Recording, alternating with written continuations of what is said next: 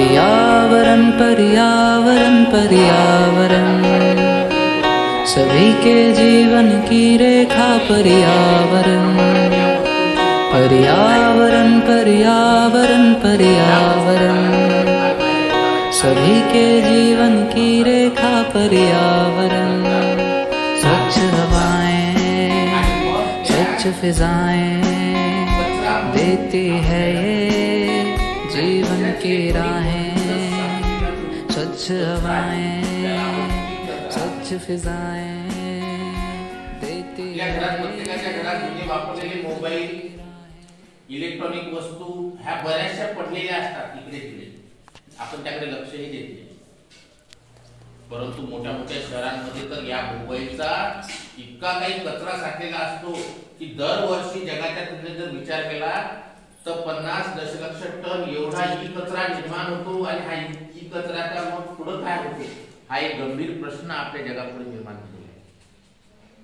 या ई कचऱ्यातून पर्यावरणावर इतके काही घातक परिणाम होतात की आपण विचारही करू शकत नाही। या इलेक्ट्रॉनिक साधनांमध्ये पारा, कॅडमियम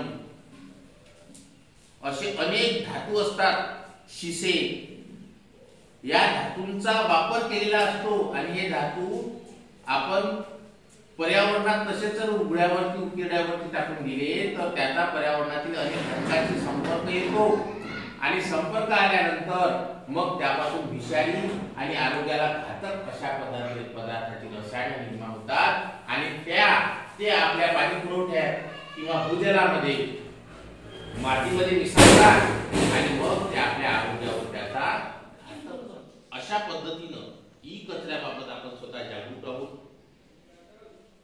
आपल्या पर्यावरणाचं होणारं भावी नुकसान टाळण्यासाठी आपल्या घरच्यांना सुद्धा त्याबाबत आपल्याला जागरूक करावं लागेल। बऱ्याच लोकांना माहिती नसते, आपल्या घरच्यांना माहिती नसते अशा पद्धतीच्या वस्तू आपल्या पोक्यात बिप्यामध्ये दडलेल्या असतात घराच्या बाहेर।